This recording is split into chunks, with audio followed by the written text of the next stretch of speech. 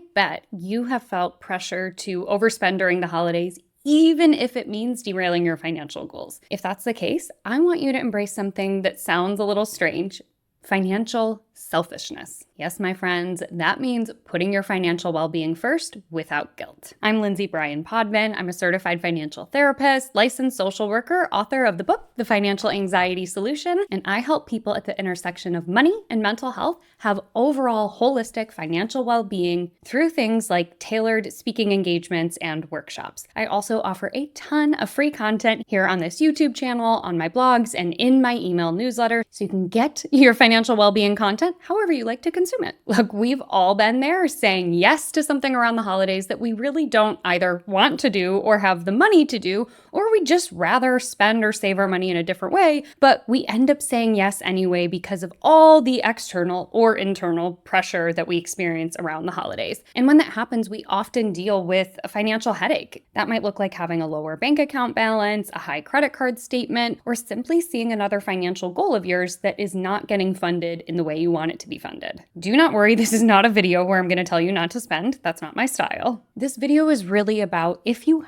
have to spend money, which you do because you're human, how you can spend that money while honoring your financial goals. If you're watching this or listening to this later than November, don't worry about it. You can put these practices into place at any time of year. When you last heard from me talking about financial self-care around the holidays, I shared that in 2022, LendingTree shared results of a survey that found that 35% of Americans took on holiday debt. And of the 35% that took on that debt, 60% of them said, this was not planned. They did not anticipate that type of spending. If you've set financial goals, whether that's something like saving up for something fun or paying off some debt, it can feel like you're being a Scrooge or Grinch-like when you say no to things and honor your financial goals. Honoring your financial goals might look like declining to participate in any gift exchanges because you'd rather put that money toward an upcoming trip, or saying thank you for a gift without feeling the pressure to return the favor to somebody that you didn't plan on buying a gift for or hadn't budgeted for, or staying behind on a wintry trip with friends because you really would rather save that money and invest it toward a new business that you are so excited to start up.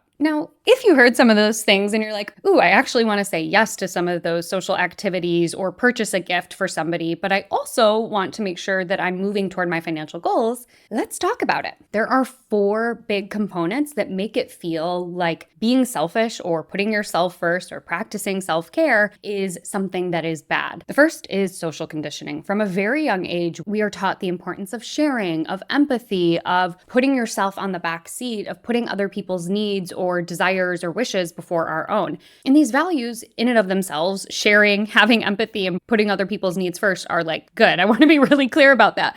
But where it becomes harmful is when you are putting other people's needs before your own, that you can sometimes overshadow the importance of your inner voice or your inner wisdom, and you start losing your capacity to take care of yourself. The next reason that selfishness is really challenging for us to practice is that we conflate it with being self-centered. When we say something like, I'm going to be selfish and say no to that holiday party, it depends on how you deliver that information and what the intent is. If you're saying, hey, I would love to attend, it sounds so great, and my social calendar is fully booked, and quite frankly, I'm trying to save up some money for a trip, then you're demonstrating that you have empathy for that person who is hosting that event and inviting you to that event. There's a way to practice selfishness without being self-centered. When we think about self-centeredness, this is really moving through the world with a tunnel vision that only really involves yourself and your world. And when we are self-centered, we don't take that extra second to think about how the other person feels or make sure that we're delivering our news with compassion. So there is a way to be selfish and be considerate, but that's a reason why you might struggle to practice financial self-care, because you're thinking, oh, if I practice financial self-care, then that means by default that I'm being self-centered or egotistical. The third reason that you might struggle with practicing financial self-care or embracing financial selfishness is the fear of being perceived as unkind or unsupported. This kind of goes back to the external pressures that I talked about in my last video. This fear of being judged by others or other people thinking something negatively of you or feeling like you have to constantly please other people can make it really hard for you to be okay being kind and practicing financial selfishness. Kind of similar to the last point, This is more about people's perceptions and being so fearful of how other people perceive you that you're letting their perceptions of who you are and what you believe and what your values are get in the way of you actually taking care of your financial self. The fourth reason why it's so hard for so many of us to practice financial selfishness is that we don't understand boundaries. Setting boundaries is often misconstrued as telling other people what to do. That is not the case. Setting a boundary is saying, here are the things that I need in place to be the best version of myself. If this situation or this person is unwilling or unable to meet me where I'm at, then I have to opt out because it's not a great place for me to show up as my best self. And sometimes setting a financial boundary means saying, no, I can't attend that party, or no, I can't participate in that gift exchange. And because there's so many misconceptions about boundaries out there, I think a lot of us interpret it as just being self-centered. A boundary is something that we all need. They change over time. That's perfectly fine. And these are the things that are crucial for maintaining healthy relationships and also having mutual respect for one another. The second you say, I can't attend that, or I'm unable to donate money to that charity because of fill in the blank reason, you are demonstrating to whomever you're talking to that they're also allowed to set their boundaries with you. Those are the 4 reasons that so many of us struggle to practice financial selfishness or financial self-care. They are social conditioning, the misconception of being selfish as being self-centered, being fearful of how others will perceive you, and finally, not really understanding what boundaries are. Okay, so now that I gave that primer on why you might have had that visceral response when I introduced financial selfishness, let's talk about how we can take this healthy version of financial selfishness and continue to nurture our relationships while making sure that we're taking care of ourselves financially. Here are 5 practical ways to implement financial selfishness without feeling like it's either you take care of yourself or you have relationships with other people. The first tip is creating something like a sinking funds account where you can have money set aside for those unplanned expenses. A note, if the term sinking funds just feels uncomfortable in your body, maybe you were a product of watching one too many 80s and 90s movies where quicksand was like a big part of scary plots, then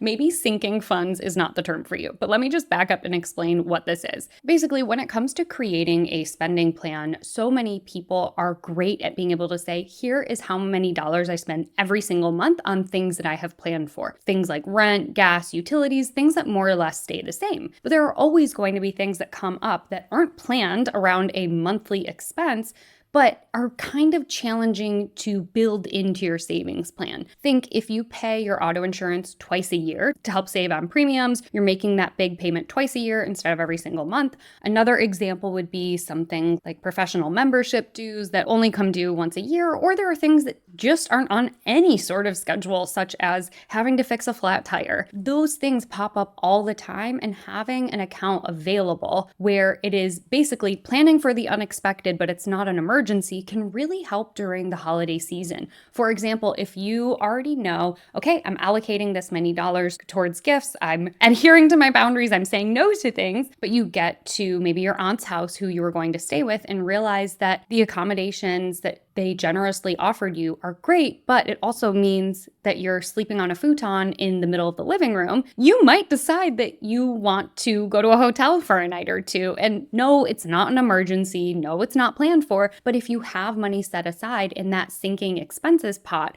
you can pull it out without derailing your financial goals. Other ways you can name that sinking fund is calling it a just because fund or a buffer fund or anything else that feels good to you. The second tip is to be very specific about planning in advance for your gifts by allocating how much you will spend on gifts. This is taking that buffer fund or the sinking funds idea, but being far more specific. So for example, if during the holiday season last year you spent $300, what you could do is put $25 every single month into a savings account labeled gifts. Then when the holiday season comes around, you have that $300 saved and you can give yourself permission to give generously within that limit. And then once you run out of that money, you know that you have hit your limit on gift giving. Another way that you could think about allocating money toward gifts while staying on track with your other financial goals is to potentially put a ceiling or a limit on how much you are willing to spend on different gifts. So for example, maybe for kids, you give yourself a $20 limit on how much you'll spend for them. And maybe for adults, you'll give yourself a $30 limit on how much you'll spend for them.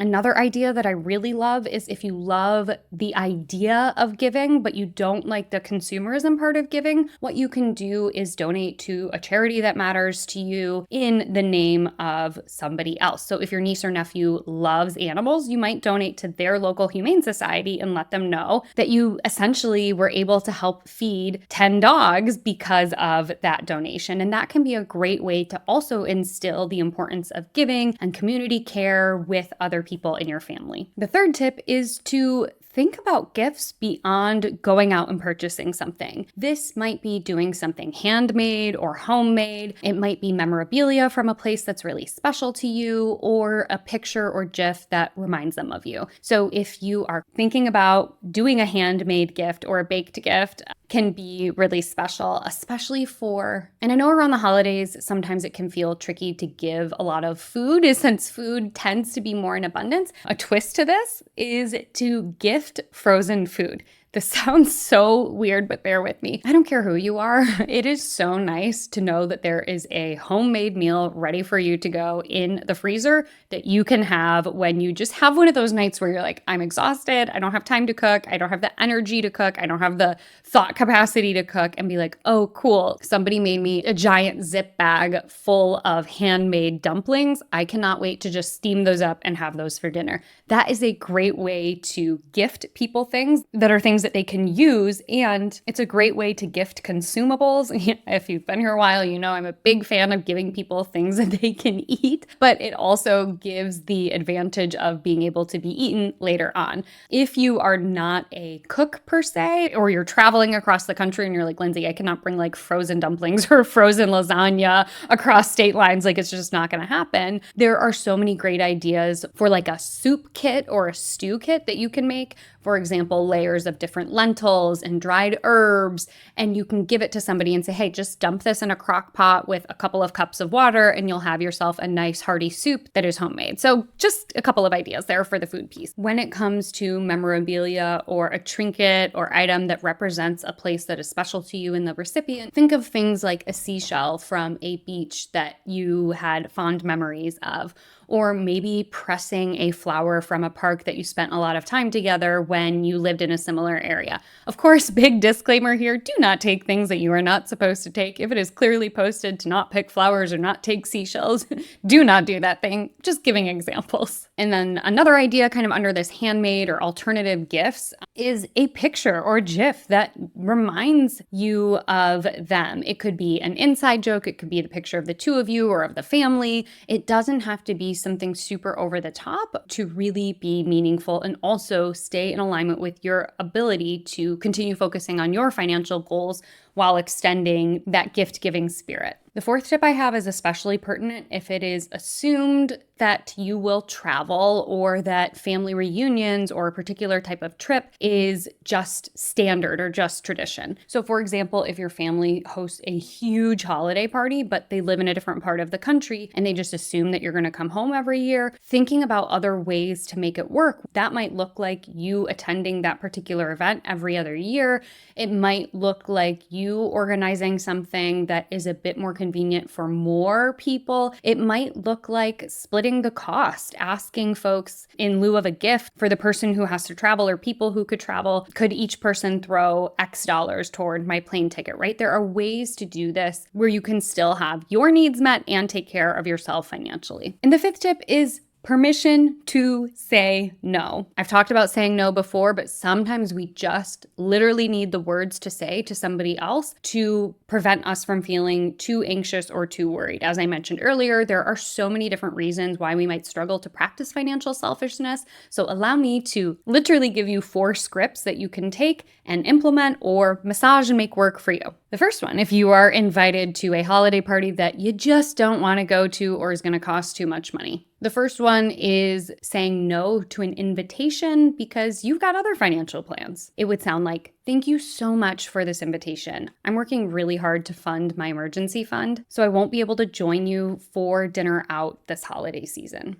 Another example, kind of along the lines of preserving yourself financially and emotionally with all of the invitations that are probably coming your way, might just be like a general, I'm maxed out and here's how it could sound. With so many holiday events, I need to decline some of them to maintain my balance. Thanks for the invitation and for understanding that I won't be able to make it to this one. If you are being pushed to spend money on something that you don't want to spend money on, you've got an instigator in your friend group or in your family group, and they just aren't hearing your ability to say no, you can always try this because you're a grown-up. I need a break from this conversation. I already gave you my answer. We can talk about it maybe after the holidays if this is a bigger issue, right? You're being really clear about what you can and cannot do. If you are struggling to say no to donations or charitable causes, here's something you can say without feeling like a total jerk. I'm sure it's a worthy cause. It sounds so great. And I already allocated all of my charitable donations for the year, and I'm unable to give any more. So you have learned what financial selfishness is, why we struggle with it, and I've given you some actionable tips of how to deal with it during the holiday season and how to move forward with your own financial goals while being a person who lives in society. If you enjoyed this holistic take on financial well-being, including financial selfishness, did you know that you can hire me to speak to your team or your organization? You can. We can have conversations like this. I host tailored workshops to help people understand the intersection of money and mental health and give people some information and education and always practical tips on how to have a healthier relationship with money. If that sounds good to you, head to mindmoneybalance.com/speaking to learn more and inquire about hiring me.